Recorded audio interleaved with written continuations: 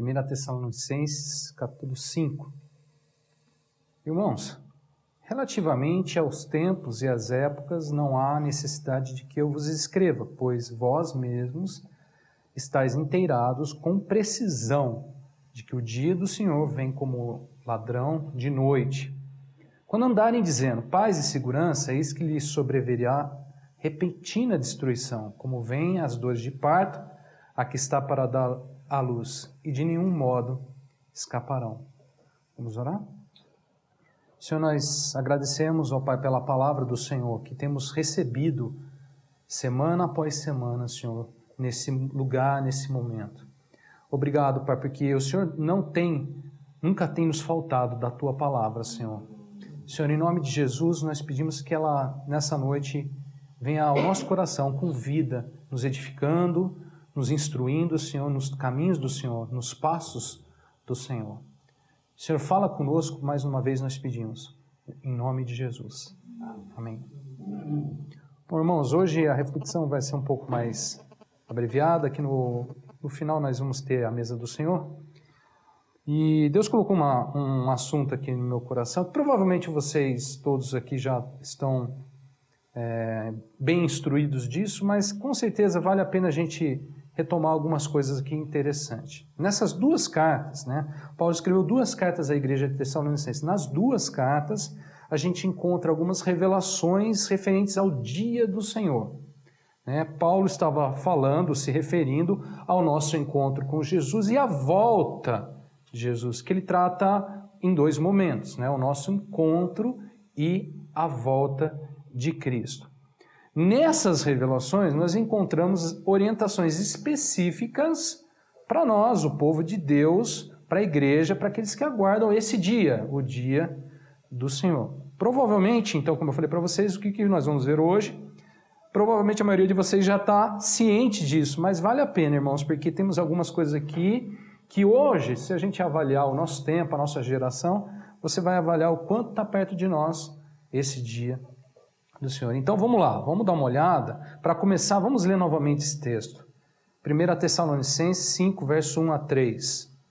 Diz assim: Irmãos, relativamente aos tempos e às épocas, não há necessidade de que eu vos escreva, pois vós mesmos estáis inteirados com precisão de que o dia do Senhor vem como ladrão, de noite.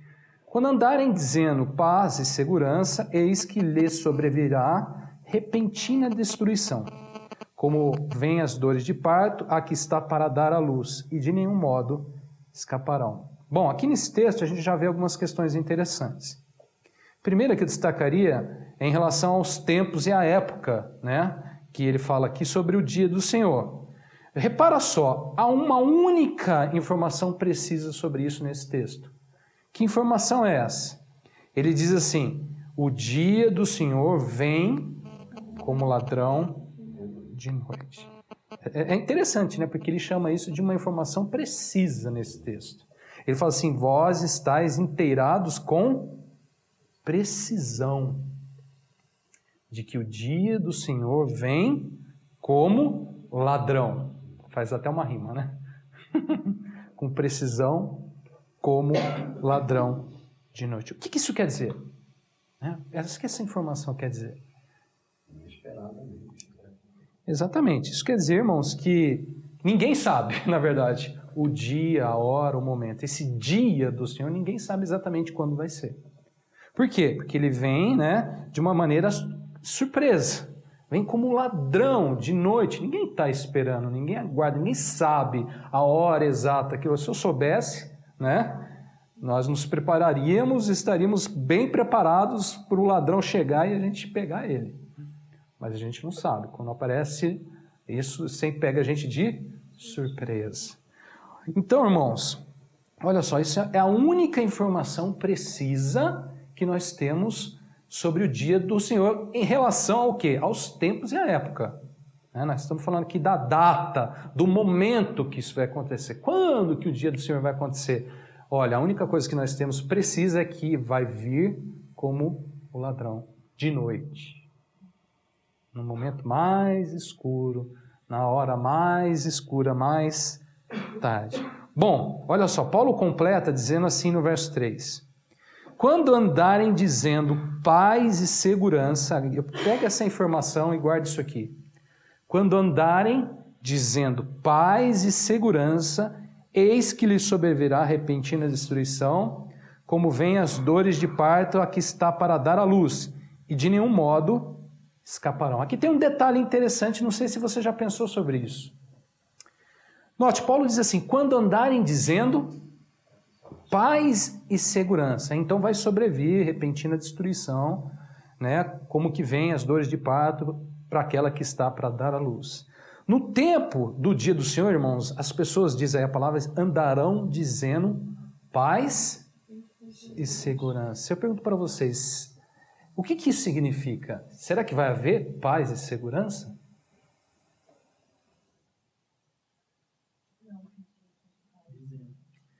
Como que o texto está aí? Andarão dizendo. Exatamente. As pessoas vão estar dizendo, não quer dizer que isso vai estar acontecendo. Irmãos, isso estará na boca das pessoas. Isso será como que um clamor, mas não necessariamente vai estar acontecendo. Bom, eu vou dar a minha opinião aqui para você e você vai ter total liberdade para discordar se você quiser. Eu acho que vai ser ao contrário.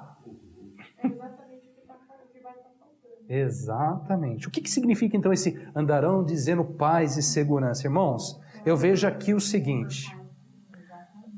No tempo do dia do Senhor, nessa época, o que acontece? As pessoas vão estar como que um clamor na boca das pessoas, um anseio por paz e segurança. As pessoas falarão muito sobre isso, Andarão dizendo, Por quê? Porque estarão ansiando por paz e segurança. Eu penso assim, Jesus no Evangelho, lá em Mateus 24, diz que o tempo que precederia a sua volta seria um tempo chamado de dia de princípio das dores. Nesse tempo, ele descreve, você pode ver depois em Mateus, coisas horrorosas estariam acontecendo.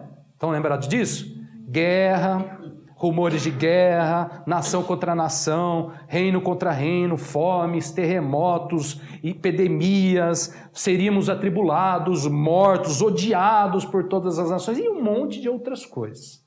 Bom, se Jesus disse que o tempo que precede a sua volta já seria assim, O que então esse paz e segurança significa, irmãos? Um clamor, um anseio. As pessoas vão falar sobre isso. Um grito de socorro. Será que isso está acontecendo? Tem acontecido? Já ouviu alguém falar sobre paz e segurança nesses últimos tempos? Não quer dizer que isso vai estar acontecendo. Quem diria lá o pessoal na Tunísia, na França, no Kuwait? Quem diria, Será que eles estão falando sobre paz e segurança agora? Então, bom, irmãos, se tudo isso estará acontecendo, Jesus disse sobre os princípios da dor, paz e segurança é um anseio. É um anseio que é transmitido, que é verbalizado. As pessoas estarão falando, Estarão dizendo paz e segurança, mas não necessariamente isso estará acontecendo. Então esse é um primeiro detalhe. Bom, até aqui nós não falamos nada em específico para nós, o povo de Deus. Eu falei para vocês que aqui nesse texto de Tessalonicenses, aqui algumas questões específicas para nós com relação ao dia do Senhor. Bom, a continuação do texto começa a falar sobre essas questões específicas para nós. Dá uma olhada. 1 Tessalonicenses, capítulo 5, verso 4 a 5. Mas vós, irmãos, não estáis em trevas, para que esse dia... Que dia é esse? O dia do Senhor, De que dia ele está falando? Do dia do Senhor. Esse dia, como ladrão, vos apanhe de surpresa, porquanto vós todos sois filhos da luz e filho do dia. Nós não somos da noite, nem das trevas. Bom, irmãos, o segundo ponto relevante, né, sobre o dia do Senhor, né, é uma orientação direta ao povo de Deus. Paulo aqui diz nós, né, ou vós, irmãos. De quem ele está falando? Nós, a igreja. Né? Os irmãos. Né? Quem é a comunidade dos irmãos? Ainda é a comunidade dos irmãos. A igreja, os irmãos. Irmãos, nós, a igreja, devemos o quê? Não ser achados naquele dia em trevas, mas na luz, como filhos da luz. Mas vós, irmãos, não estáis em trevas, para que esse dia, como o ladrão, vos apanhe de surpresa. Irmãos, o que Paulo diz aqui coincide perfeitamente com o que João fala. A gente viu na última série de estudos, né? João fala sobre a comunhão de Deus, e para nós estarmos na comunhão de Deus, devemos o quê? Andar na luz. Irmãos, essa questão é fundamental. Porque se formos achados nas trevas, o que acontece? Diz aí a palavra que nós, o quê? Também seremos surpreendidos pelo dia do Senhor. Ele está falando da igreja.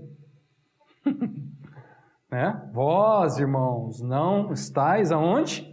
Nas trevas, em trevas. Ele não está falando para quem não conhece, ele está falando para quem conhece, os irmãos. Irmãos, no dia do Senhor devemos ser achados andando na luz e não nas trevas. Porque aquele dia, para que aquele dia não nos apanhe também de surpresa. Ele vem como ladrão, de noite. Mas pode surpreender até mesmo a gente, se nós estivermos em trevas.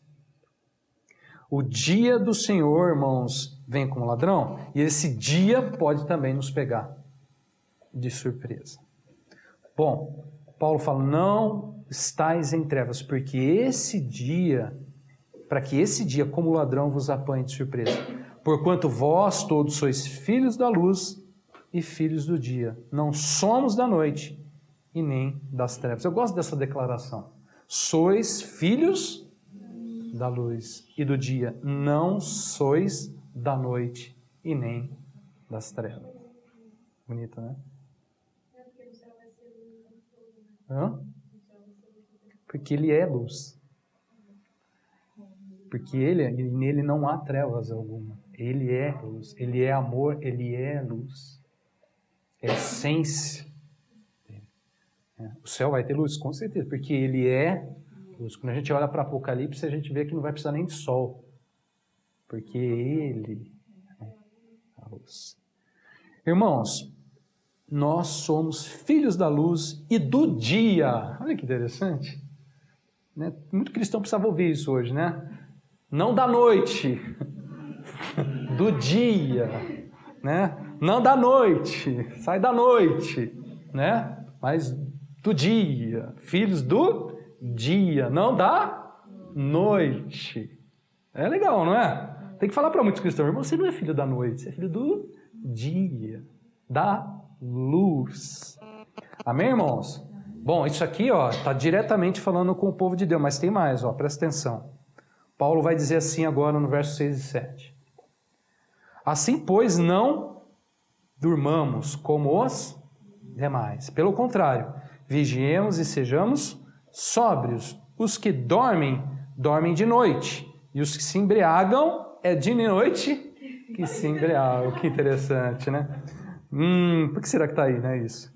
Irmãos, no dia do Senhor, nós, o povo de Deus, devemos ser encontrados na luz, né? Não estais em trevas, mas não só na luz. Olha que interessante, devemos ser encontrados também como? Acordados, vigilantes e sóbrios. Paulo diz assim, pois não durmamos como os demais. Pelo contrário, vigiemos e sejamos sóbrios. O que esse não dormir, né, ou esse ser sóbrio e vigilante significa aqui de fato? O que isso significa? É uma É uma representação, é uma analogia, né? A vida espiritual tem que estar totalmente acordada.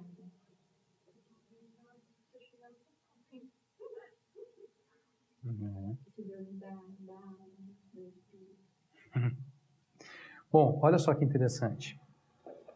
Isso significa, irmãos, uma vida real em união com Ele, revestida de fé, de esperança, de amor, na presença de Deus. Olha só, ele fala assim a seguir, ó, verso 8 a 10. Nós, porém, que somos de novo ele repete, né? Nós somos do dia, sejamos sóbrios, revestidos da couraça da fé, do amor, tomando como capacete a esperança da salvação, porque Deus não nos destinou para a ira, mas para alcançar a salvação mediante nosso Senhor Jesus Cristo, que morreu por nós, para que, agora presta atenção, quer vigiemos, quer durmamos, vivamos em... Eu vou explicar para vocês, tá? Bom, irmãos, em resumo, o que é estar acordado, vigilante, sóbrio? Aí o que o texto fala, né? A gente não pode estar dormindo, não durmamos como os demais. Irmãos, a gente não pode ser igual aos demais. Porque se a gente for igual aos demais, o que vai acontecer? O dia vai vir e a gente vai ficar surpreso. Tá? Não pode. Tem que ser, eu vou viver a vida de qualquer jeito, todo mundo vive assim. Não pode. Não durmamos como os demais. Bom, o que é então estar acordado, vigilante, sóbrio, irmão? É estar em união com Ele, revestido dEle, em fé, em amor, em esperança. Quer estejamos acordados ou dormindo, digo literalmente. Deu para entender? Sua vida tem que estar em união com Deus, irmãos. Se você estiver na cama dormindo ou acordado. Porque você não sabe a hora que ele vem, né? Você pode estar no sono profundo lá, dormindo, na cama, quentinha, com edredom. Você pode estar acordado, fazendo muitas coisas. Quer que você esteja vigilante, acordado ou dormindo, a palavra de Deus, vivamos em união com Ele. Revestidos, né, como ele fala aí, sóbrios, revestidos da couraça da fé, do amor, com o capacete da esperança, da salvação. Irmãos, união com Cristo. Em todo o tempo, seja dia ou noite, dormindo ou acordado, temos que ser encontrados assim, irmãos, em união com Ele. Revestidos da luz, da fé, do amor, da esperança que procedem dele. Então, olha só, guardem isso. O dia do Senhor será um dia que ninguém sabe exatamente qual será, tá? Porque ele vem como ladrão de noite. Sendo assim, irmãos, para nós não sermos também pegos de surpresa, muita gente vai ser pego de surpresa. Os demais que não conhecem, né, vão ser pegos do quê? De surpresa. Mas para que a gente também não seja pego de surpresa, nós devemos estar na luz, ser achados na luz, vigilantes, sóbrios, acordados espiritualmente. Tá? Acordados espiritualmente falando. Sóbrios, vigilantes, revestidos em união com Cristo. União com Cristo. Se não for assim, o dia virá e seremos também pegos de surpresa. Essa mensagem é dura, irmãos? A gente precisa ouvir? Por quê? Porque não sabemos o dia nem a hora. Não só por isso. Né?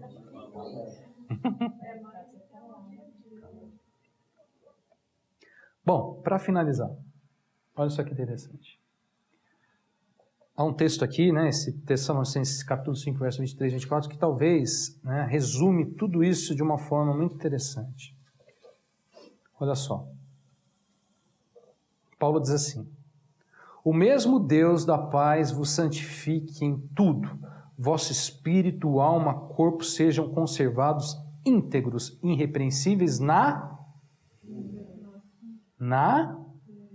vinda de nosso Senhor Jesus Cristo. Fiel que vos chama, ao qual também o fará.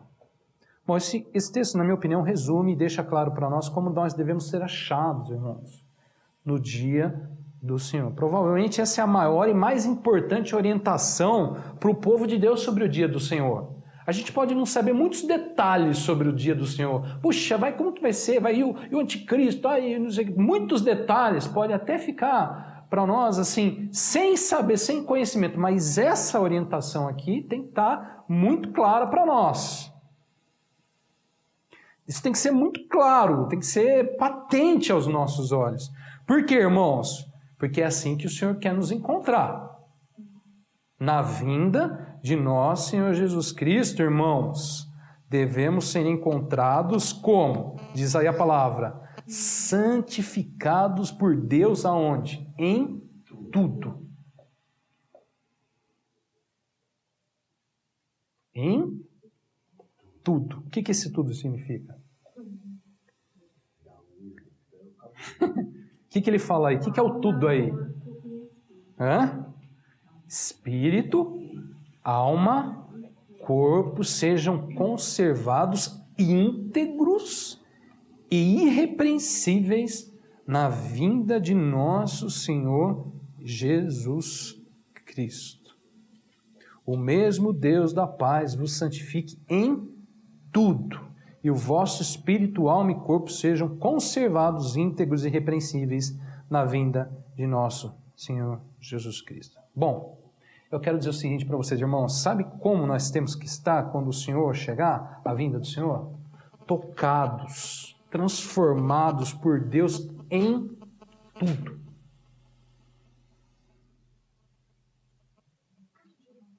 Pode? Aqui ele fala de todo o espírito, seja preservado e reconhecido. Aí em Salmos 51 fala assim, é o que no coração puro, fala assim, e renova dentro de mim um espírito estável, aqui na minha versão, e não me expulsa da tua presença, nem tirando de mim o teu santo espírito.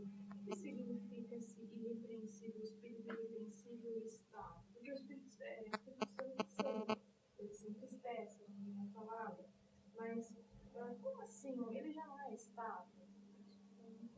O seu espírito, ele não está falando do Espírito Santo. O seu espírito.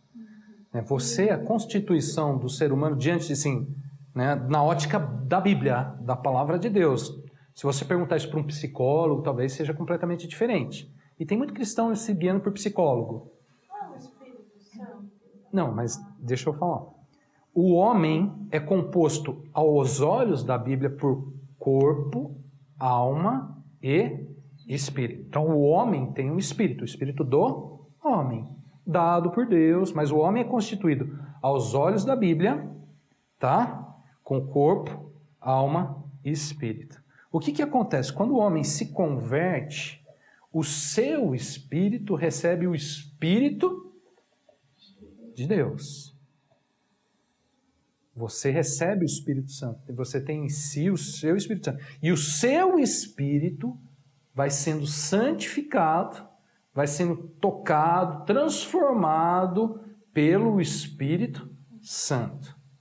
E assim também o seu corpo e a sua alma. Esse é o Salmo 51 que você leu? Esse salmo fala sobre uma situação que Davi pecou, depois de ter cometido um adultério e um assassinato. Davi cometeu um assassinato, para quem não sabe. O homem, segundo o coração de Deus, matou uma pessoa pela sua cobiça, a cobiça de uma mulher.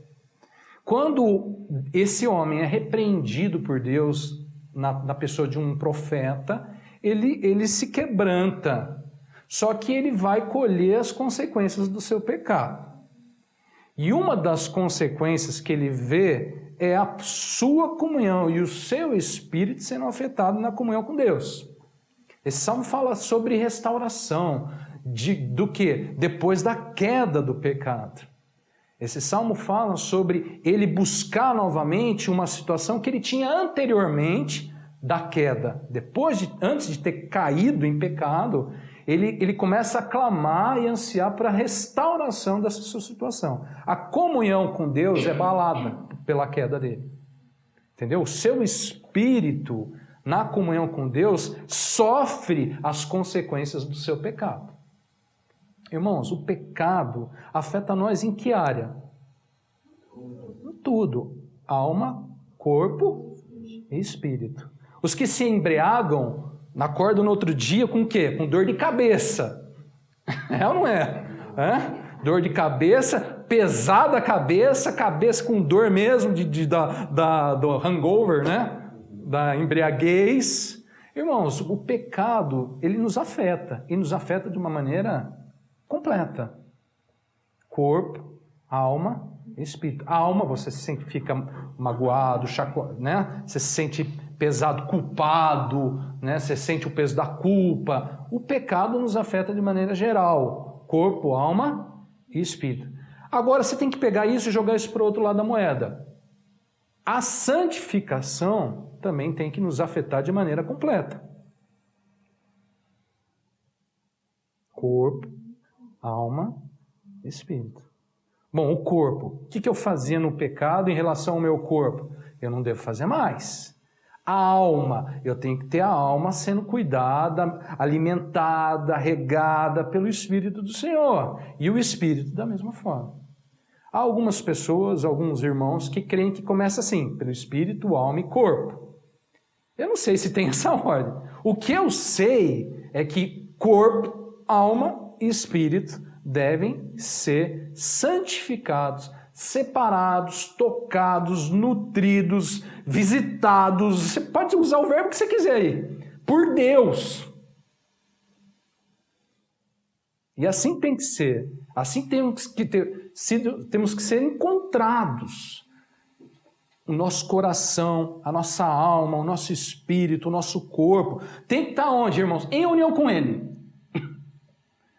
Em união com Ele. O seu corpo é o templo do Espírito, né? Você na alma tem que fazer sacrifícios agradáveis a Deus. O seu espírito deve estar em comunhão com Deus. Bom, isso é um assunto extenso, né? Isso é um assunto profundo. Se você olhar, a Bíblia inteira trata sobre isso. Tem muito para se falar. Você encontra salmos que falam sobre salvação da alma, há textos que falam sobre a salvação do espírito, há textos que falam sobre a salvação do corpo. Por que há essas diferenças? Porque há assuntos diversos sobre isso. Então a gente poderia falar sobre aqui uma semana e não ia faltar tempo para a gente falar sobre isso. Mas, irmãos, retomando aqui, né, em relação ao dia do Senhor, o que devemos, né, como devemos ser encontrados? Santificados por Deus. Essa santificação ela provém de quem? De Deus. Tanto que aí no verso 24 ele fala assim: fiel que vos chama, o qual também o fará. Mas ele tem que fazer. Certo?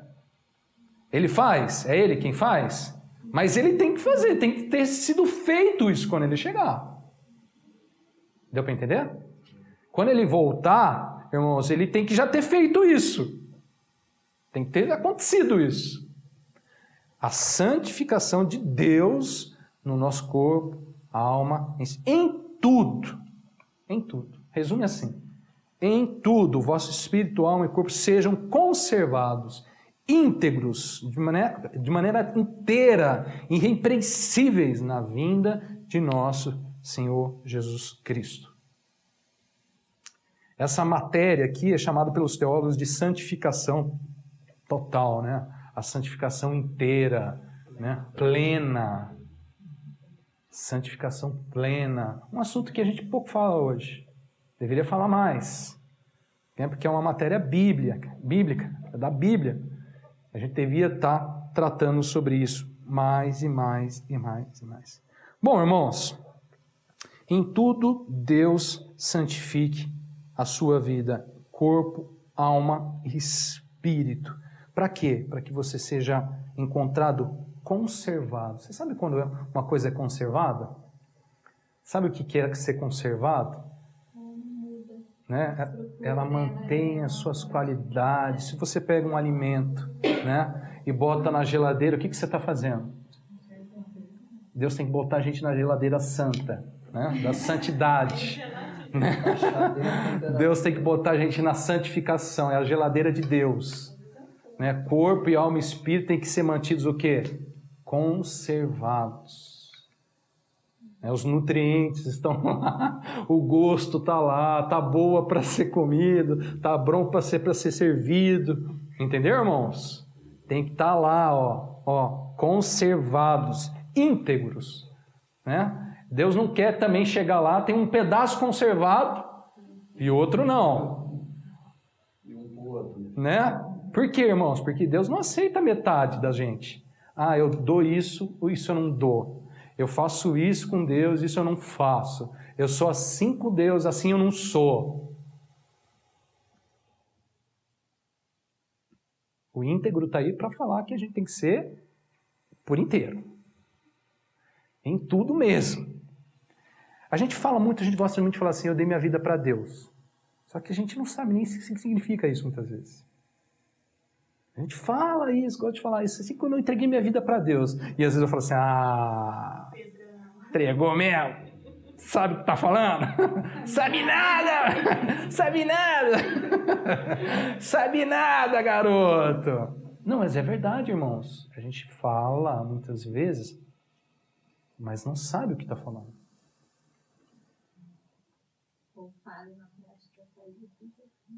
Muita gente entende que dar a vida a Jesus, né? Hoje, por exemplo, você vê a forma de evangelismo, hoje eu vejo muitas vezes errada. Porque qual que é a forma de evangelismo? Olha, Deus, você está com problema, meu irmão? Você está aí com a casa tudo caindo espedaçada? Você está sem emprego? Você está aqui não sei o quê? Puxa, Deus pode fazer isso para você. Você quer entregar a vida para Jesus? Claro que não quer, né? Como vai resolver já? Agora, vamos bater nas portas das pessoas e falar assim, boa tarde, podia falar com o senhor? Podia falar assim, olha, eu queria te mostrar que há um caminho estreito.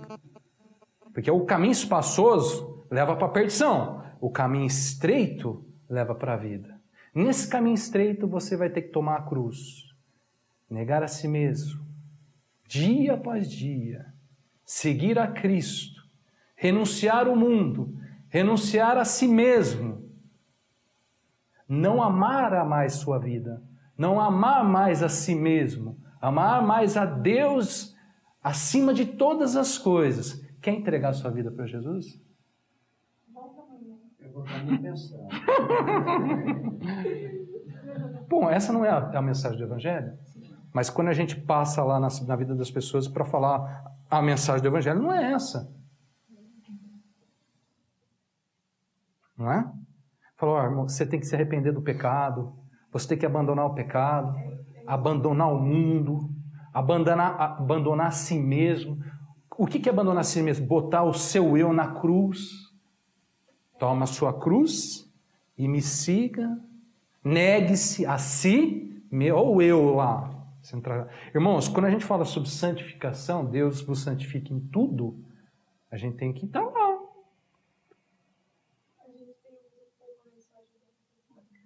A gente tem ouvido pouco e os que têm ouvido não têm aceitado também. Porque a gente ouve também, mas a mensagem bate e volta. A verdade é essa. Estava falando com o Danilo um pouco antes de começar o culto. Irmãos, nós vivemos num tempo onde a igreja está morna. Morna. As pessoas mal querem vir para a igreja. Mal querem ouvir a palavra. Quando quiser, quando puder, quando não tiver outra coisa para fazer, quando eu não vou no supermercado, quando eu não fizer mais nada da vida, quem sabe? Para servir a Deus, então. Para ler um livro. Para ler um livro cristão. Irmãos, mornidão. Perigosa. Perigosa numa época que se aproxima da volta do Senhor. A gente se conforma com o mundo, se conforma com a nossa situação, se conforma com a igreja, com o pecado, com a frieza do irmão, com os erros, com o irmão que não tem compromisso com nada, e a gente usa tudo isso como modelo. Bom, se todo mundo faz assim, eu também vou entrar. E vamos que vamos. Mas está errado. A gente vai seguindo esse rumo, vai seguindo esse rumo. Sabe o que está acontecendo? Dormindo.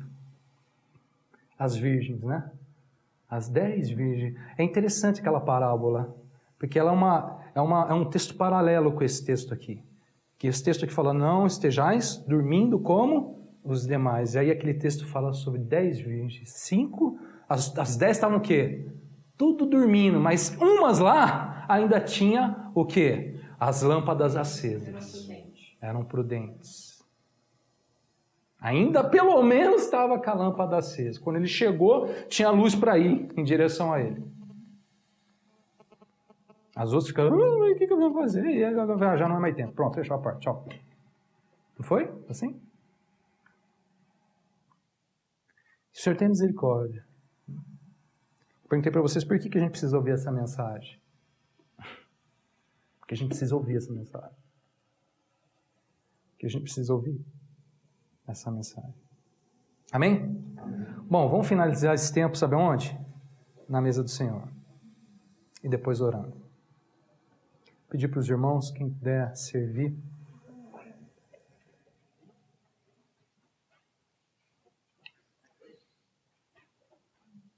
Acho interessante que fala de dormir no texto, né?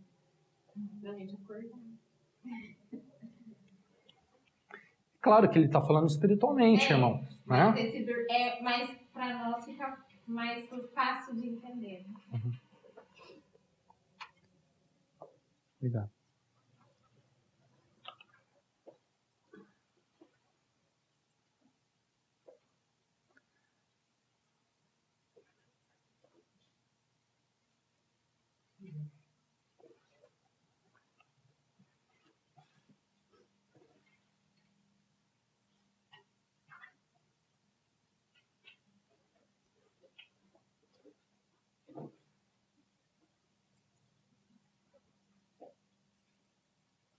Bom, esses textos que eu vou abrir, esses textos a gente tem lido todas as vezes que a gente ministra a mesa do Senhor, são as recomendações para a ceia. Então, se você não quiser abrir, não tem necessidade que a gente continuamente volta nesses textos. Mas está aí, tá? As referências.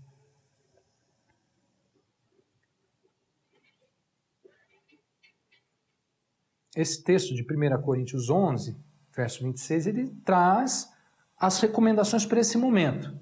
Né, o momento que nós servimos e nos colocamos diante da mesa do Senhor. Paulo diz assim, porque todas as vezes que comerdes esse pão e beberdes o cálice, anunciais a morte do Senhor. Hoje nós estávamos o quê? Anunciando a vinda do Senhor. Mas aqui na mesa a gente anuncia o quê? A morte do Senhor, até que Ele venha. Esse momento, irmãos, da mesa do Senhor está totalmente ligado, diretamente ligado à vinda do Senhor. Porque nós fazemos isso até a vinda dele. Até que ele venha. A perspectiva da vinda de Cristo, ela está permeada na mesa do Senhor. Sempre. Sempre. E aí ele continua. Por isso, aquele que comer o pão ou beber o cálice do Senhor indignamente será réu do corpo e do sangue de Jesus. Examine-se, pois, o homem a si mesmo, e assim coma do pão e beba do cálice, pois quem come e bebe sem discernir, irmãos, essas coisas, sem discernir o corpo, come e bebe juízo para si. Esse momento é um momento que nós temos que ter muito cuidado. E espiritualmente falando, nós temos que estar acordados. Por quê? Porque eu tenho que me examinar, né? E aqui tem os advogados podem falar melhor, para não ser réu, irmãos, né? Desse juízo, não tomar juízo. Se eu não discernir, irmãos, quem come e bebe sem discernir o que come e bebe juízo para si. Olha só. Isso pode ser juízo para você. Não sou eu que estou falando. Se você comer e beber sem discernir, você come e bebe juízo vai nascer. É uma palavra dura, né? Mas olha o quão importante e o quão sério é esse momento na mesa do Senhor. Né? Quão sério é o momento da mesa do Senhor. O comer do pão, o beber do cálice. Eis a razão, ele diz aí, porque há entre muitos fracos e doentes e não poucos os que dormem. Né? Bom, então as recomendações, irmãos, examine-se o homem, faça discernindo o corpo, discernindo o cálice, o pão, a morte e a vinda de Jesus Cristo. Coloque a sua vida diante de tudo isso, do corpo, do sangue, do cálice, da morte e da vinda de Jesus Cristo. Bom, Paulo continua e diz assim, 1 Coríntios 11, versos 23 e 24. Porque eu recebi do Senhor o que também vos entreguei, que o Senhor Jesus, na noite em que foi traído, tomou o pão e, tendo dado graças, partiu e disse, isso é o meu corpo que é dado por vós. Fazei isto em memória de mim. Fazei isso, irmãos.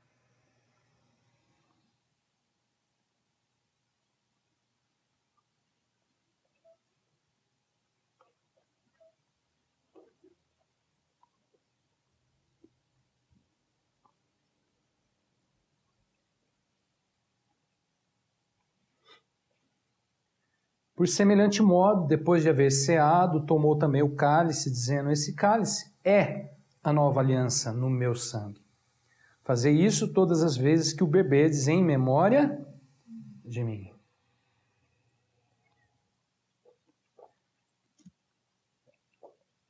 Vamos orar. Senhor, queremos colocar a nossa vida mais uma vez diante do Senhor e pedir, Pai, que a graça do Senhor, a misericórdia do Senhor nos alcance, Senhor. Nos alcance em tudo, como diz a Tua palavra. Corpo, alma, espírito, Senhor, para que sejamos encontrados, conservados de maneira irrepreensível na volta do Senhor. Obrigado pela palavra, obrigado pela esperança da volta de Cristo, obrigado pela mesa do Senhor, onde temos, ó Pai, o compartilhar do Teu pão, da Tua carne e o beber deste cálice da nova aliança no Seu sangue. Obrigado pelo sangue que nos purifica de todo pecado. Obrigado porque no Teu sangue somos justificados. Obrigado que no Teu sangue, Pai, toda a injustiça, Pai, é purificada, Senhor. Obrigado, Pai, pela santificação que provém de Ti, Senhor. Pai, eu Te peço, Pai, que se há em nós, como diz o Salmo, Senhor, ainda um caminho mau, Senhor, conduza-nos para o caminho eterno, Senhor. Pai, peço que o Senhor sonde o nosso coração, que o Senhor limpe o nosso coração e a nossa vida seja renovada e transformada, Pai, pelo poder e pela graça do Senhor, em Cristo Jesus, Senhor. Pai, dê a convicção a todos nós, ó Pai, dessa experiência bendita da união com Cristo, hoje e sempre. Querendo nós estarmos acordados ou dormindo, Pai, fisicamente, Pai, sejamos encontrados em união contigo, Senhor, em união com Cristo. Que não sejamos, ó Pai, pela graça do Senhor, pela misericórdia do Senhor, encontrados dormindo espiritualmente, como os demais, mas vigilantes, sóbrios e acordados, Pai, naquele dia do Senhor. Obrigado pela mensagem do Evangelho, obrigado pela palavra, obrigado pela Tua presença no nosso meio, obrigado pelos irmãos aqui presentes. Pai, fala ao coração de cada irmão, trazendo um renovo, trazendo força do Senhor, força do Seu poder. Sejamos nós todos aqui nessa noite fortalecidos na força do Teu poder, Senhor. No Senhor, fortalecido em Ti, Senhor. Que o fraco seja levantado, Pai, que o caído seja restaurado, Senhor, que o doente seja curado, Senhor. Pai, em nome de Jesus. Em nome de Jesus, Senhor. Eu peço por cada irmão aqui, pelos irmãos que não têm vindo, Senhor. O Senhor que conhece cada um deles. Eu peço, Pai, que o Senhor, que é o pastor, o grande pastor, Senhor, Pai, traga de novo, Pai, o teu rebanho. Traga de novo o rebanho para a igreja, mas para ser avivado no corpo, para ser transformado no corpo, para unir forças com os irmãos, para seguir a caminhada contigo, continuar a batalha contigo, Senhor. Pai, desfaz, como diz a tua palavra, toda a obra do diabo sobre a tua igreja, sobre a vida de cada irmão desse corpo, dessa igreja, Senhor. Pai, em nome de Jesus, desfaz as obras de Satanás. Se os irmãos estão sendo peneirados, ó Pai, dê a eles força, rogue, Pai, por cada irmão, Senhor, para que eles não desfaleçam na fé, Senhor. Em nome de Jesus Cristo, Senhor. Em nome de Jesus Cristo, Senhor, que tudo isso, Pai, tudo isso, Pai, seja colocado diante de nós, na nossa vida, Senhor, no nosso coração, e sejamos, ó Pai, realmente encontrados na Tua presença, Senhor. Essa nossa oração, é a minha oração, é a oração pela minha família, para minha esposa, para minha filha, Senhor, para o meu pai, minha mãe, Senhor, minha irmã, Senhor, todos os nossos familiares, a família de cada irmão aqui, Senhor, também, Senhor, em nome de Jesus. Traz restauração para essa igreja, Senhor. Traz renovo para essa igreja, Senhor. Traz, ó Pai, mudança, traz transformação, Senhor, para nossas vidas, ó Pai. Traz fogo, Pai. Tira a mornidão, tira os olhos, ó Pai, errados. Traz o colírio, Senhor. Pai, o colírio que compramos em Ti, Pai, para limpar os nossos olhos do foco errado, do alvo errado, Senhor, da direção errada. Senhor, em nome de Jesus, nós oramos, ó Pai, em nome de Jesus. E nós agradecemos. Obrigado por esse tempo agora que vamos ter em comunhão uns com os outros. Que esse tempo também seja um tempo, Pai, na Tua presença, Senhor. Nós pedimos, agradecemos pelo alimento, agradecemos pelo tempo que teremos conversando, se alegrando uns com os outros. Senhor, que o Senhor esteja em tudo isso. Pedimos, Pai, para a glória e o louvor do Teu nome, sim, em nome de Jesus. Amém.